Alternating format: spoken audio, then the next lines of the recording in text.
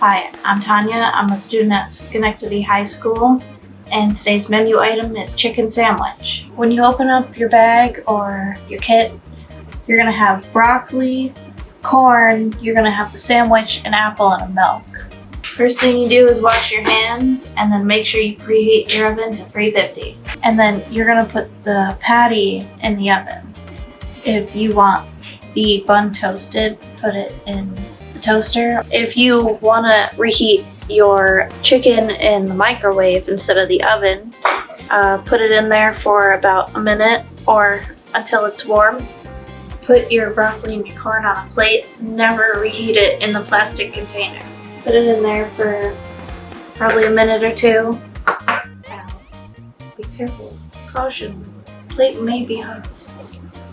Thank you for watching our chicken sandwich demonstration. Watch our other videos for more recipes.